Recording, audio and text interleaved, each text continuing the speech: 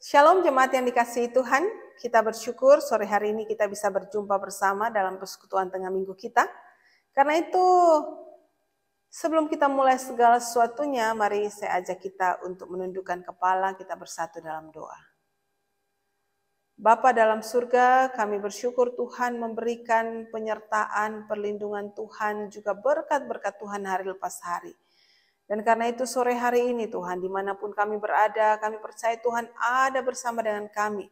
Biar kami merasakan hadirat Tuhan, kami menghormati kehadiran Tuhan di rumah kami masing-masing, dimanapun kami bersekutu pada sore hari ini. Engkau pimpin dan sertai, di dalam nama Tuhan Yesus kami berdoa. Amin.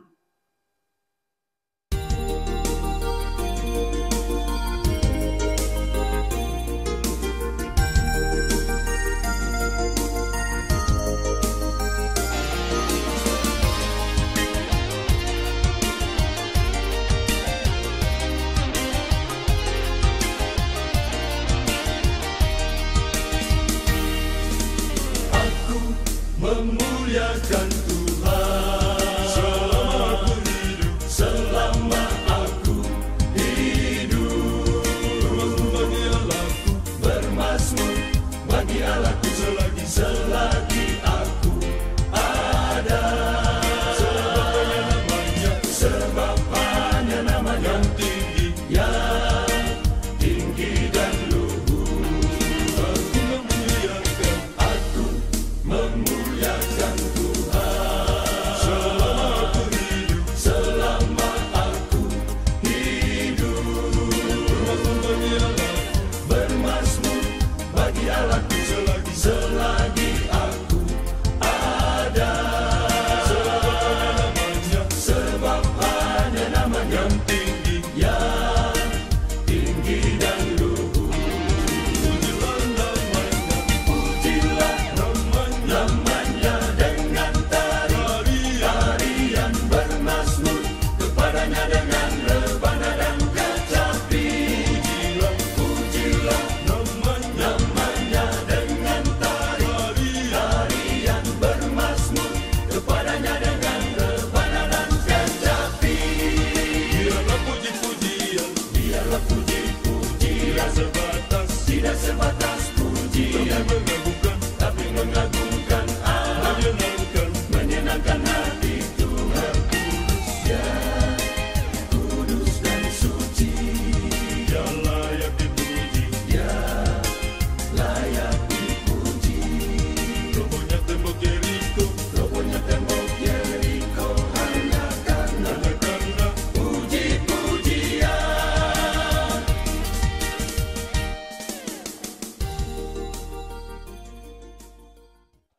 Saudara, kita akan bersama-sama merenungkan firman Tuhan pada sore hari ini, bertemakan keluarga yang diberkati Tuhan. Oleh karena itu, mari kita mempersiapkan hati kita bersama-sama dengan pujian ini. Biar ini jadi pujian kami dan janji kami di hadapan Tuhan. Untuk selama-lamanya, kami dan keluarga kami Tuhan, rindu untuk terus melayani Engkau. Tak ada yang dapat memisahkan kami dari kasih-Mu. Gelombang badai mungkin boleh datang dalam hidup kami, namun kuasa-Mu Tuhan sanggup memulihkan hidup kami. Kami datang di hadapan-Mu Tuhan. Kami datang di hadirat-Mu dalam satu kasih dengan bersehati, berjanji setia sampai akhir. Mengasihi-Mu Yesus, mengasihi-Mu Yesus. Bersama keluargaku melayani Tuhan, bersatu selamanya mengasihi Engkau. Tiada yang dapat melebihi kasih-Mu ya Tuhan. kami Engkau segalanya.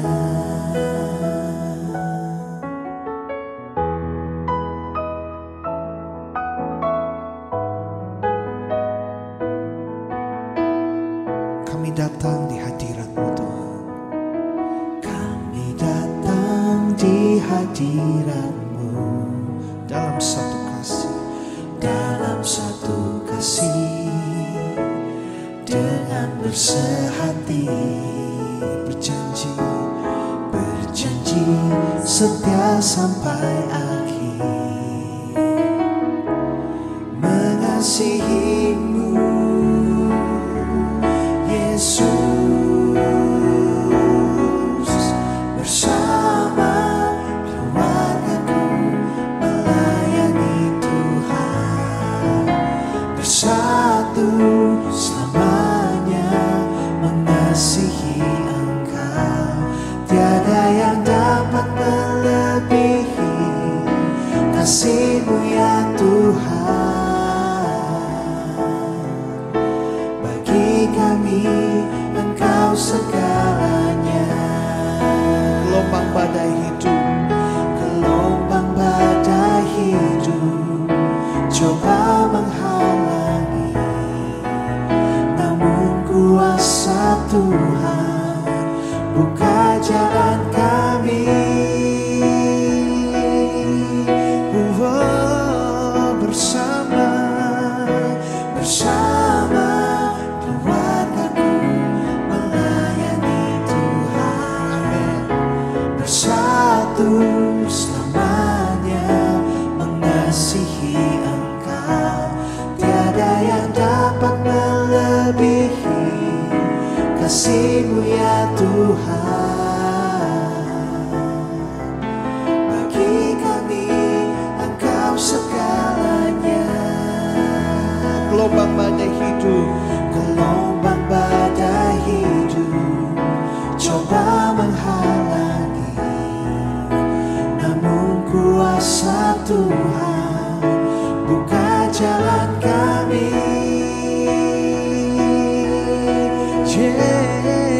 Bersama, bersama keluargaku melayani Tuhan, bersatu selamanya mengasihi Engkau.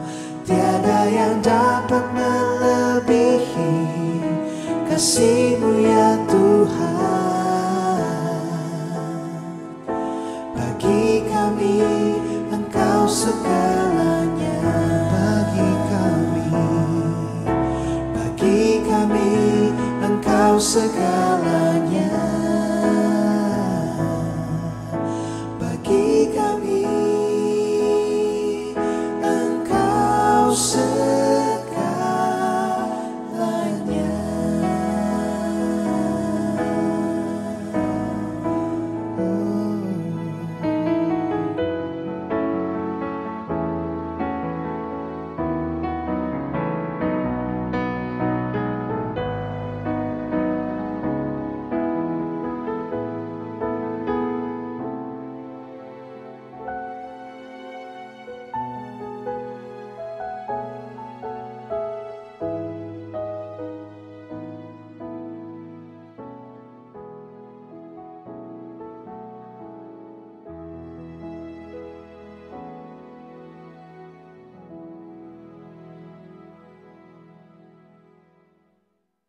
Mari kita berdoa sekali lagi. Ya Tuhan, tiba saatnya kami akan merenungkan firman Tuhan. Kiranya Engkau sendiri yang berbelas kasihan untuk kami semua, supaya firman Tuhan ini akan kami baca, renungkan, sungguh-sungguh dapat kami pahami, kami mengerti dengan baik, simpan dalam hati kami dan juga lakukan setiap hari, setiap saat dalam hidup kami. Demi nama Tuhan Yesus kami berdoa. Amin. Saudara, mari kita bersama-sama membuka bagian firman Tuhan dari kitab 1 Tawarik, pasal yang ke-17. Kita akan baca dari ayat 1 sampai dengan ayat yang ke-8.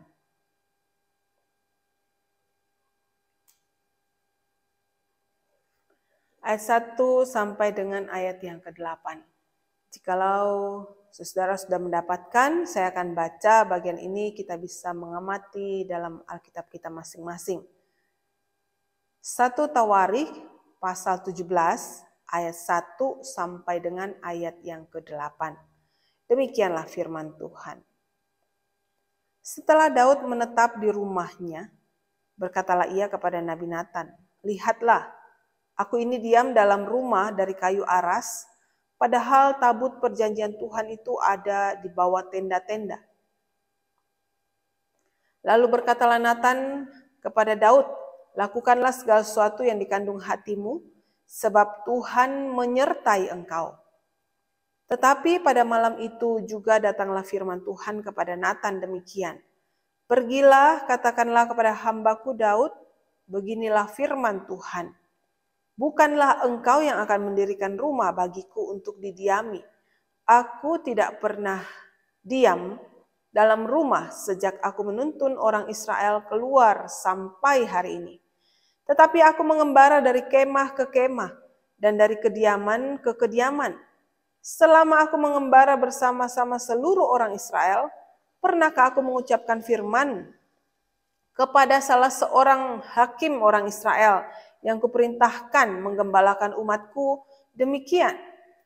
Mengapa kamu tidak mendirikan bagiku rumah dari kayu aras? Oleh sebab itu beginilah kau katakan kepada hambaku Daud, beginilah firman Tuhan semesta alam. Aku yang mengambil engkau dari padang ketika menggiring kambing domba untuk menjadi raja atas umatku Israel. Aku telah menyertai engkau di segala tempat yang kau jalani dan telah melenyapkan segala musuhmu dari depanmu. Aku akan membuat namamu seperti nama orang-orang besar yang ada di bumi." Demikianlah firman Tuhan yang berbahagia dalam setiap kita yang membaca, merenungkan, terlebih lagi melakukan firman Tuhan dalam hidup kita.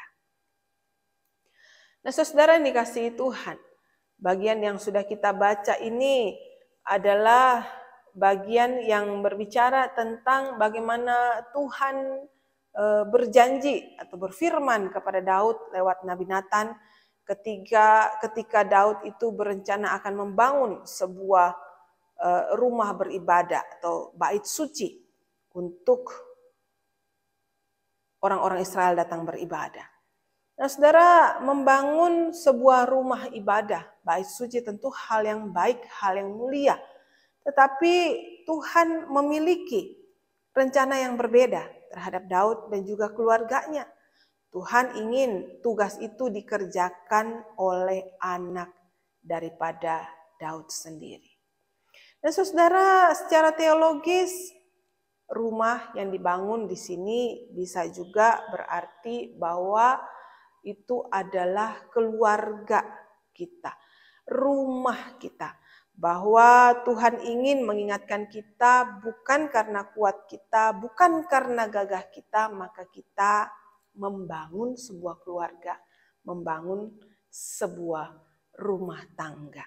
Jikalau keluarga itu atau rumah tangga itu dibangun berdasarkan inisiatif kita, kegagahan kita, kebisaan kita, kemampuan kita, maka tentunya rumah itu atau rumah tangga itu tidak akan memiliki dasar yang kuat di tengah-tengah dunia ini. Saudara, rumah tangga itu atau keluarga adalah sesuatu yang diinisiatifkan dari Allah sendiri. Allah sendiri yang mempelopori sebuah keluarga pertama-tama ada di dunia ini ketika Adam dan Hawa dipersatukan Tuhan di Taman Eden. Dan karena itu, saudara, keluarga demi keluarga yang kemudian berkembang dari anak cucu Adam dan Hawa ini, kemudian seharusnya mengingat sumber daripada keluarga itu siapa, supaya keluarga-keluarga kita menjadi keluarga yang diberkati Tuhan dan juga menjadi berkat bagi sekitar kita. Keluarga adalah komunitas kecil yang membentuk satu masyarakat. Sekalipun kelompok kecil dalam masyarakat, tapi peran dan fungsi keluarga demi keluarga itu sangat penting, saudara. Dikatakan demikian karena sebuah masyarakat yang kuat itu pasti di dalamnya terdiri dari keluarga-keluarga yang kuat. Sebuah negara yang sehat itu pasti berasal dari keluarga-keluarga kecil yang sehat. Karena itu kita ingin menjadi keluarga yang sehat, yang kuat di tengah-tengah dunia ini. Agar negara kita juga menjadi negara yang sehat dan kuat. Nah, saudara yang dikasihi Tuhan,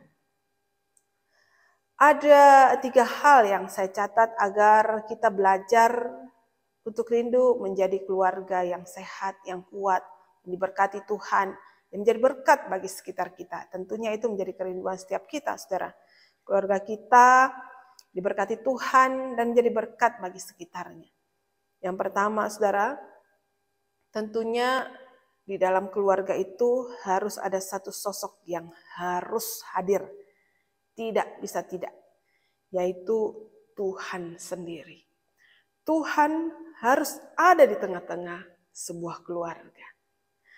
Nah, saudara yang dikasihi Tuhan, saya akan baca kembali ayat yang kedua. Lalu ketika Daud itu berkata kepada Nathan akan membangun sebuah rumah Tuhan.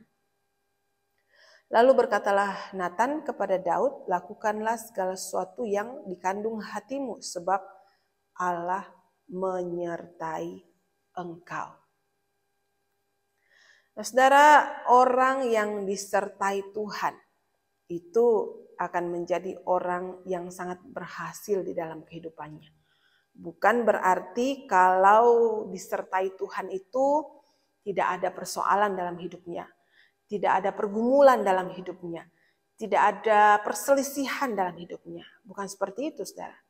Tetapi orang yang disertai Tuhan itu, sekalipun dia ada persoalan dalam hidupnya, ada pergumulan dalam hidupnya, ada hal-hal yang mungkin menjadi perselisihan dalam hidupnya, tetapi dia akan diberikan kemampuan oleh Tuhan, diberikan hikmat oleh Tuhan untuk mampu menangani pergumulannya, penderitaannya, persoalan-persoalan dalam hidupnya.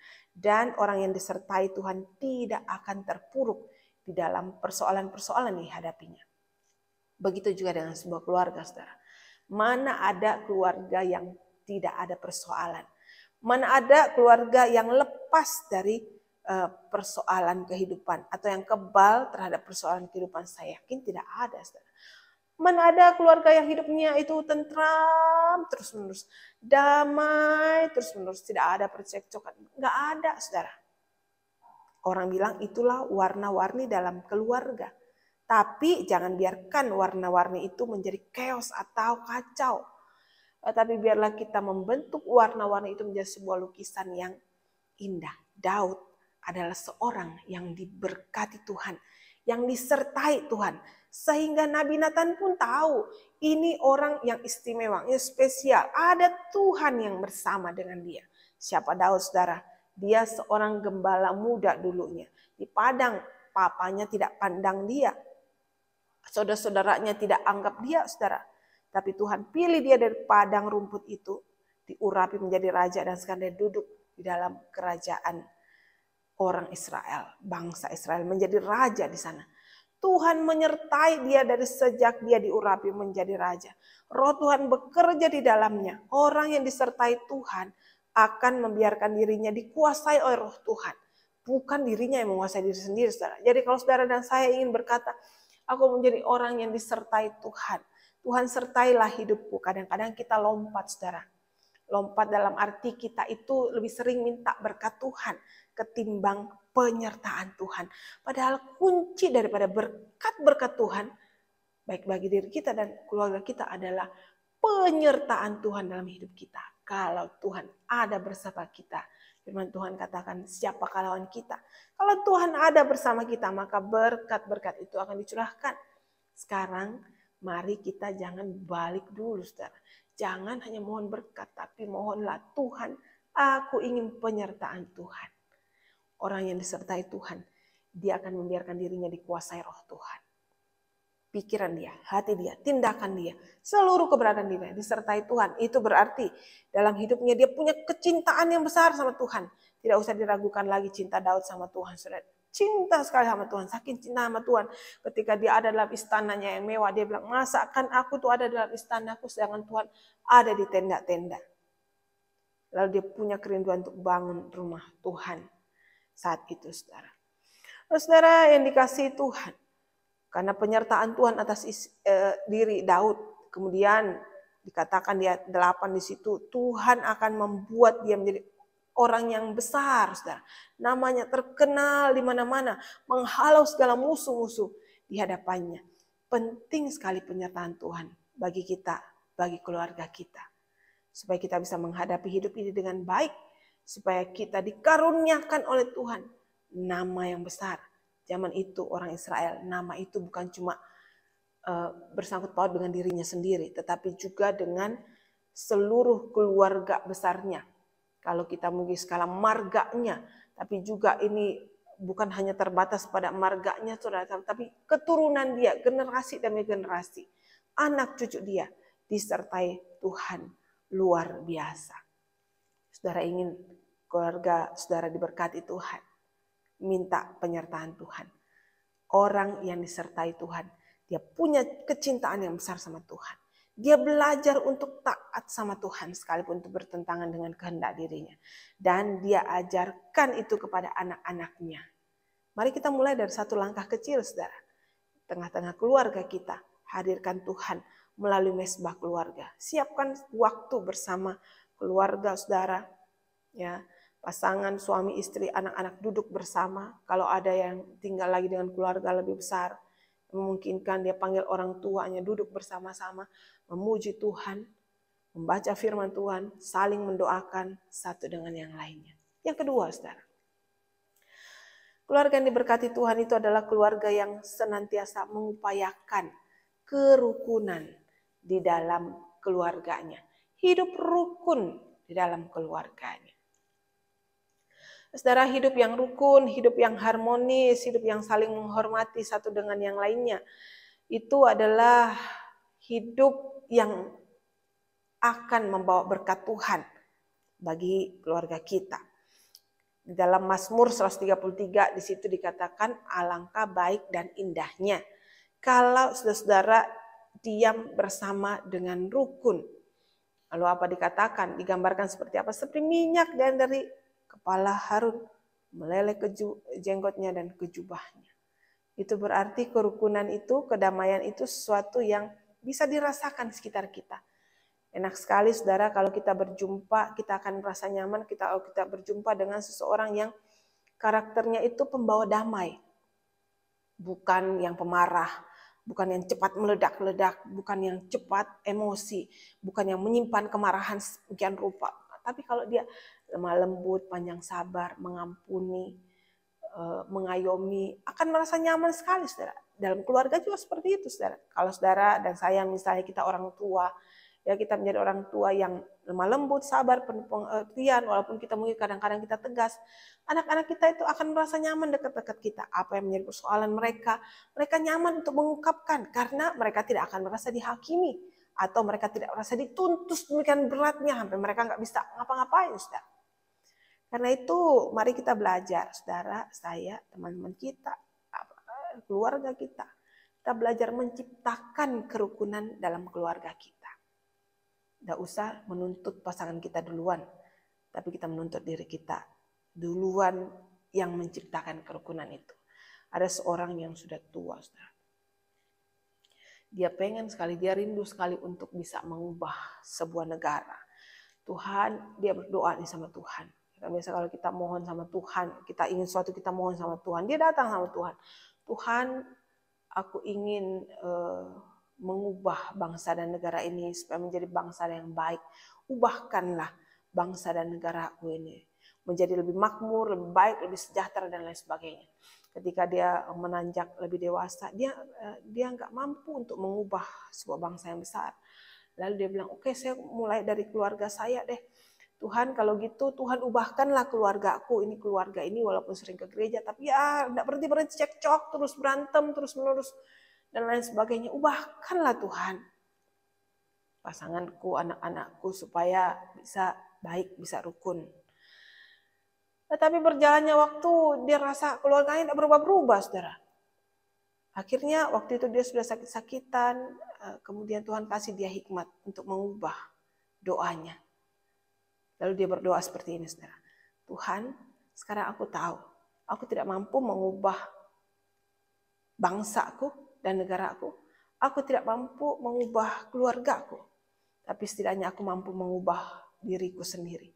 Karena itu ubahkan aku Tuhan. Menjadi orang yang lebih bijaksana, berhikmat. Supaya aku bisa memberikan kerukunan, kebahagiaan bagi keluargaku. Maka mulai hari itu saudara, Tuhan ubahkan dia luar biasa. Dan melalui perubahan hidupnya, melalui cara berbicara, cara berpikirnya, dia bisa mengubahkan keluarganya. Menjadi berkat bagi keluarganya. Sehingga keluarga itu juga menjadi berkat bagi gereja Tuhan, bagi banyak orang yang ada di sekitarnya. Karena itu saudara, mari kita ciptakan kerukunan dengan mengubah diri kita sendiri menjadi orang-orang yang cinta damai, yang penuh kelemah lembutan, penuh kasih Tuhan. Yang ketiga, saudara, yang terakhir.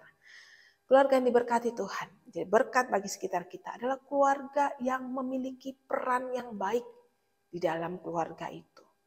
Saudara, suami istri saling mengasihi, saling mengampuni, saling menghormati, itu tentu akan berpengaruh kepada keturunan mereka, anak-anak mereka, keluarga mereka. Sebuah keluarga itu terdiri dari orang-orang di dalamnya yang punya peran yang berbeda-beda. Ada yang memiliki peran sebagai kepala keluarga, itu suami. Ada yang memiliki peran sebagai penolong, itu istri di rumah, saudara.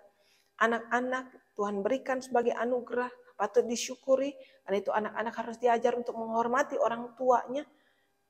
Harus diajar untuk menghormati Tuhan, mencintai Tuhan dalam hidupnya.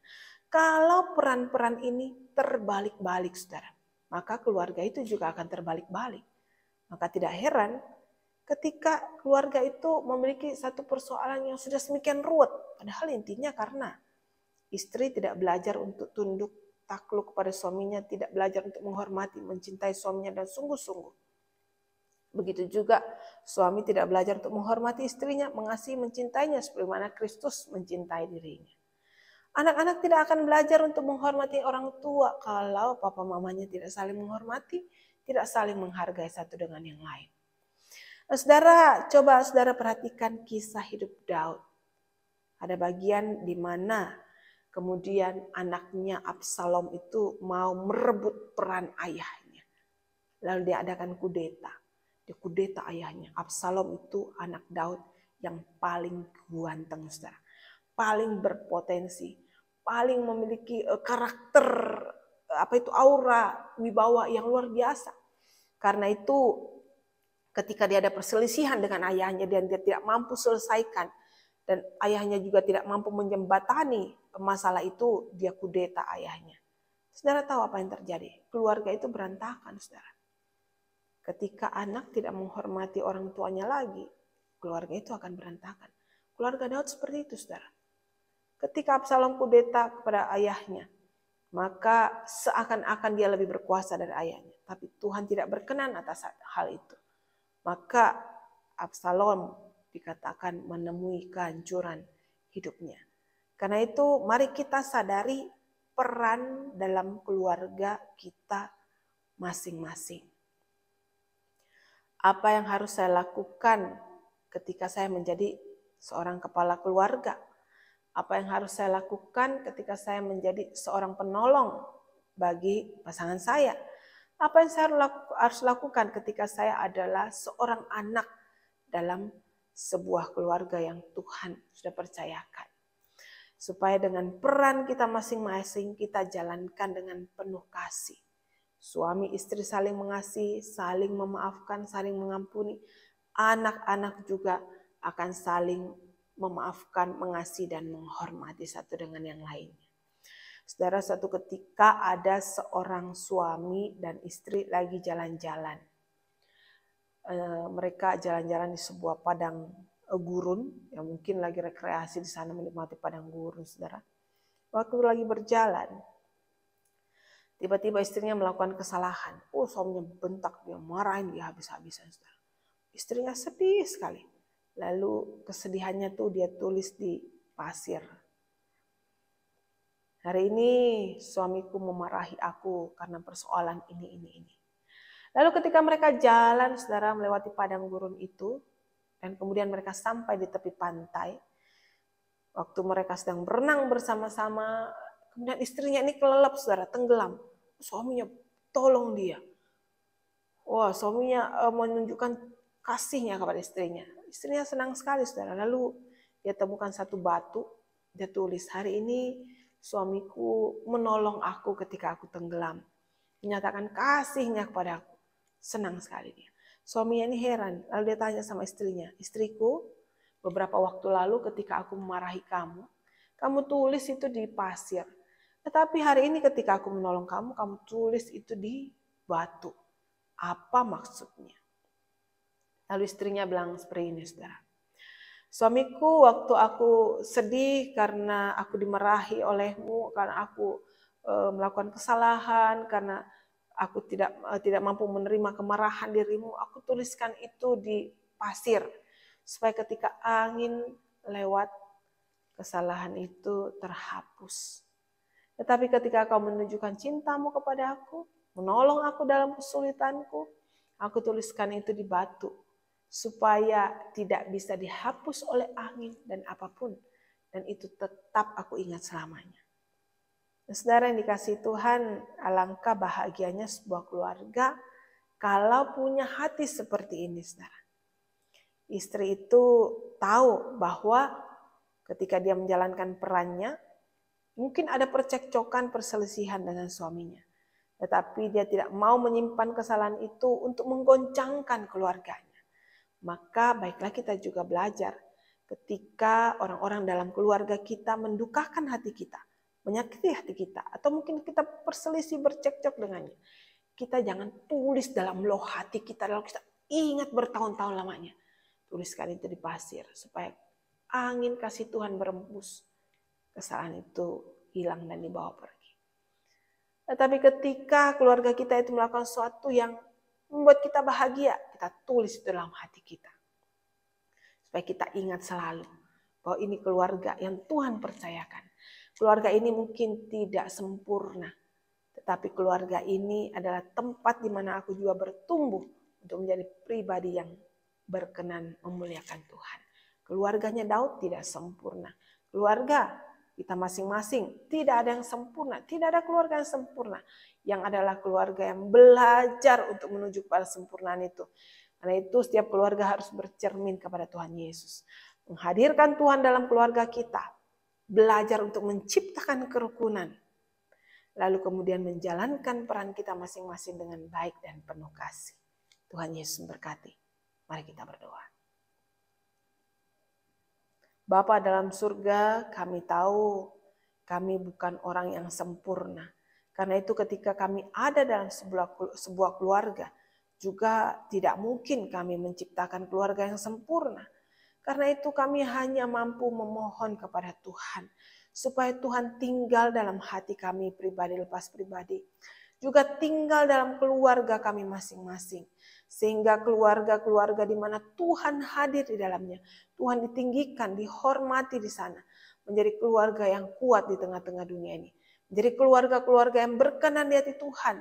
Berkat-berkat Tuhan tercurah atas keluarga-keluarga Kristen yang mengasihi Tuhan. Dan juga penyertaan Tuhan ada dalam diri dan keluarga kami masing-masing. Kami berdoa untuk gereja kami Tuhan. Biar Engkau berkati gereja di mana kami beribadah ini senantiasa bertumbuh. Bahwa banyak jiwa-jiwa baru datang kepada Tuhan. Kami ingat juga mereka yang sakit, yang lemah tubuh. Baik yang dirawat di rumah maupun di rumah sakit. Engkau kiranya berbelas kasihan, menyatakan kasih setiamu. Dan juga menyatakan penyertaan Tuhan bagi mereka, kesembuhan, pemulihan Tuhan berikan kepada setiap saudara kami ini. Kami berdoa Tuhan untuk bangsa dan negara kami. Berkatilah bangsa ini supaya dengan penyertaan Tuhan, Engkau pimpin keluar dari krisis global yang terjadi saat ini Tuhan. Terpuji nama Tuhan, di dalam nama Tuhan Yesus kami berdoa. Amin. Biar ini jadi pujian kami dan janji kami di hadapan Tuhan. Untuk selama-lamanya, kami dan keluarga kami Tuhan, rindu untuk terus melayani Engkau. Tak ada yang dapat memisahkan kami dari kasih-Mu. Gelombang badai mungkin boleh datang dalam hidup kami, namun kuasa-Mu Tuhan sanggup memulihkan hidup kami. Kami datang di hadapan-Mu Tuhan. Kami datang di hadirat-Mu dalam satu kasih dengan bersehati, berjanji setia sampai akhir. Mengasihi-Mu Yesus, mengasihi-Mu Yesus. Bersama keluargaku melayani Tuhan, bersatu selamanya mengasihi Engkau. Tiada yang dapat melebihi kasih-Mu ya Tuhan. Bagi kami Engkau segalanya.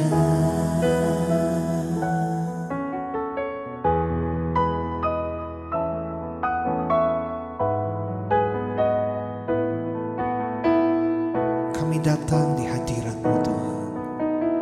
Kami datang di hadirat-Mu dalam satu kasih, dalam satu kasih, dengan bersehati, berjanji, berjanji setia sampai akhir, mengasihi-Mu Yesus. Bersama keluargaku melayani Tuhan, bersatu selamanya mengasihi Engkau. Tiada yang dapat melebihi kasih-Mu ya Tuhan. Bagi kami Engkau segalanya.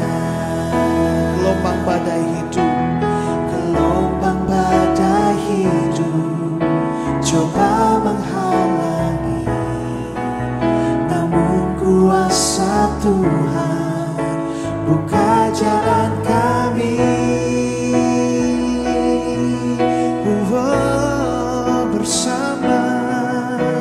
Bersama keluargaku melayani Tuhan, bersatu selamanya mengasihi Engkau.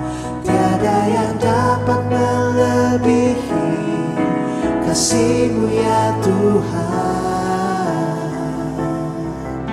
Bagi kami Engkau segalanya. Gelombang badai hidup, gelombang badai hidup coba menghalangi, namun kuasa Tuhan buka jalan kami.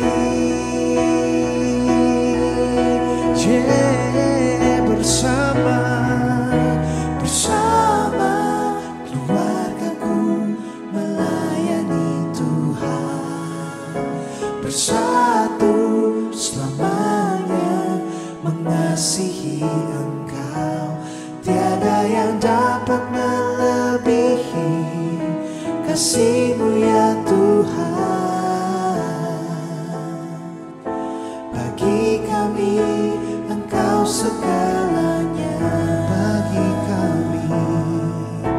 Bagi kami Engkau segalanya.